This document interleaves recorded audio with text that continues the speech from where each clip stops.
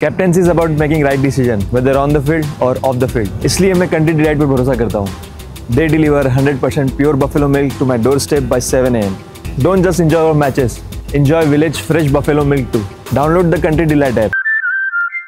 పాకిస్తాన్ ముస్లిం కార్డును ఉపయోగించుకోవడం ఆగడం లేదు. ఆపరేషన్ సింధూర్ అయిపోయాక Pak prime minister Shahbaz Sharif Turkey, Azerbaijan లాంటి ముస్లిం కంట్రీస్ విజిట్ చేసి మనమందరము ఒకటి, ముస్లిం దేశాలు ఏకం కావాలి అంటూ క్యాంపెయిన్ మొదలుపెట్టాడు. తుర్కీ, ఇరాన్, అజర్బైజాన్ ఈ 3 దేశాలు పర్యటించాడు. తుర్కీ, అజర్బైజాన్ బహిరంగంగానే ఆపరేషన్ సింధూర్ సమయంలో పాకిస్తాన్కు మద్దతు ఇచ్చాయి. తుర్కీ అయితే ఆయుధాలకు కూడా సప్లై చేసింది. ఇప్పుడు ఏకంగా మలేషియా పైన కూడా ఇదే కార్డు ప్రయోగించింది పాకిస్తాన్. భారతదేశ బృందాలు, పార్లమెంటరీ బృందాలు ప్రపంచవ్యాప్తంగా పర్యటనలు చేస్తూ అనేక దేశాల్లో భారత వైఖరిని తెలియజేస్తున్నాయి. ఒక రకంగా పాకిస్తాన్ పైన మనము డిప్లొమాటిక్ వార్ నడుపుతున్నాం. తాజాగా సంజయ్ ఝా నాయకత్వంలోని మల్టీ పార్టీ డెలిగేషన్, వివిధ పార్టీల సభ్యులతో కూడిన ప్రతినిధి వర్గం మలేషియాలో పర్యటించింది. అంతకుముందు ఇండోనేషియా, జపాన్, సౌత్ కొరియాలకు కూడా పర్యటించింది. ఈ డెలిగేషన్ మలేషియాలో ఉండగా పాకిస్తాన్ అంబాసిడర్ మలేషియా ప్రభుత్వాన్ని రిక్వెస్ట్ చేశారు.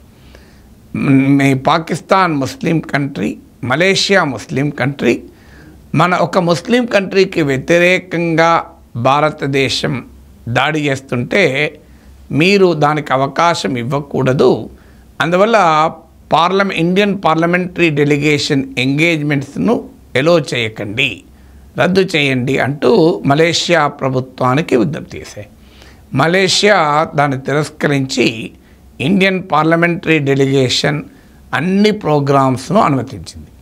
తాజాగా పాకిస్తాన్ మాజీ ఫారెన్ మినిస్టర్, అలాగే పాకిస్తాన్ పీపుల్స్ పార్టీ అధికార కూటమిలో భాగం అధినేత బిల్వాల్ భుట్టో కూడా న్యూయార్క్లో మాట్లాడుతూ యునైటెడ్ నేషన్స్తో సహా వివిధ అంతర్జాతీయ వేదికలపైన మేము కశ్మీర్ అంశాన్ని లేవనెత్తడానికి ప్రయత్నం చేస్తుంటే మాకు అడ్డంకులు తగులుతున్నాయని కూడా అంగీకరించాడు. అంటే ఈ పరిణామాలు ఏం తెలియజేస్తుంది? పాకిస్తాన్ గ్లోబల్గా ఇండియా వ్యతిరేక డిప్లొమసీ సక్సెస్ కావడం లేదు.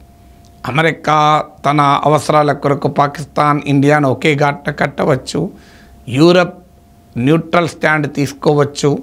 కానీ ఓవరాల్గా చూసుకున్నప్పుడు పాకిస్తాన్ డిప్లొమాటిక్ ఐసోలేషన్ ఎదుర్కొంటోంది అని అనలేకపోయినా పూర్తి స్థాయిలో, ఎందుకంటే అమెరికా లాంటి దేశాలు కూడా పాకిస్తాన్ టెర్రరిస్ట్ స్టేట్గా ప్రకటించడానికి సిద్ధపడడం లేదు.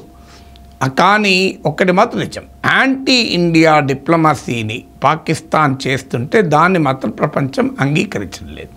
మ్యాక్సిమం అయితే 2 దేశాల పట్ల ఒక తటస్థ పొజిషన్, న్యూట్రల్ పొజిషన్ తీసుకోవటానికి మాత్రమే ముందుకు వస్తున్నారు తప్ప పాకిస్తాన్ని ఏకపక్షంగా సమర్థించడము లేదు.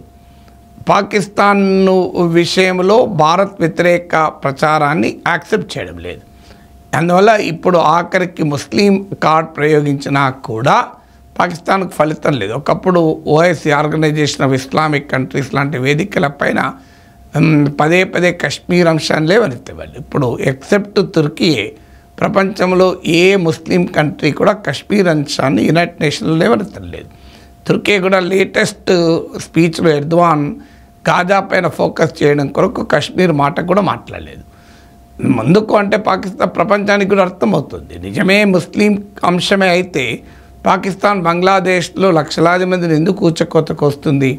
మరి ముస్లిం అంశమే అయితే బెలూచిస్తాన్లో బెలూచి లిబరేషన్ ఆర్మీ పైన పాకిస్తాన్ ఎందుకు వాళ్ళని తీవ్రవాదులుగా ప్రకటించి వాళ్ళను ఊచకోతకు వస్తుంది?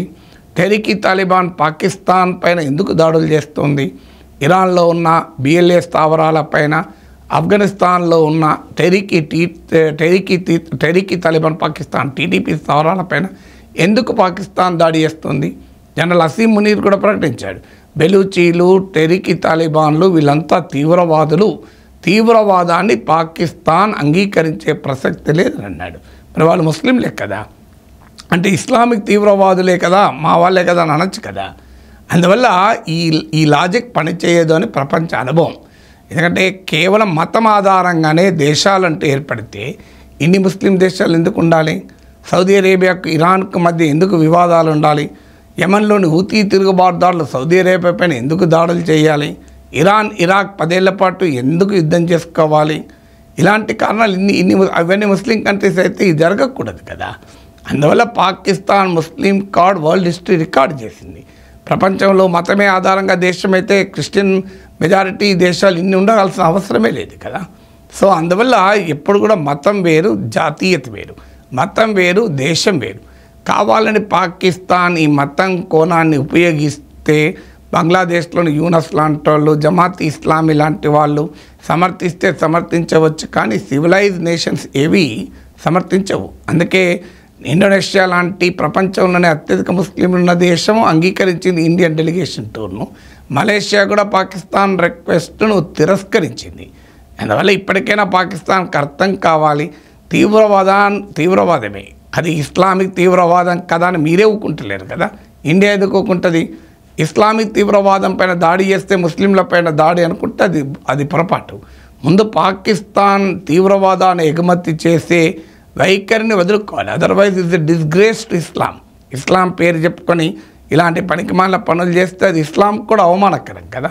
అందువల్ల ముస్లిం దేశాలు చెప్పాలి పాకిస్తాన్కు, ఇస్లాం తీవ్రవాదాన్ని అంగీకరించదు, ఇస్లాం ఈ దుర్మార్గాలను అంగీకరిస్తుందా? మానవ మారణహోమాన్ని ఇస్లాం సమర్థిస్తుందా? మతం పేరు చెప్పి పహల్గామ్లో కాల్చిపడేయడాన్ని ఏ మతం అంగీకరిస్తుంది? ఇది ముస్లిం దేశాలు ప్రొయాక్టివ్గా పాకిస్తాన్కు చెప్పాలి.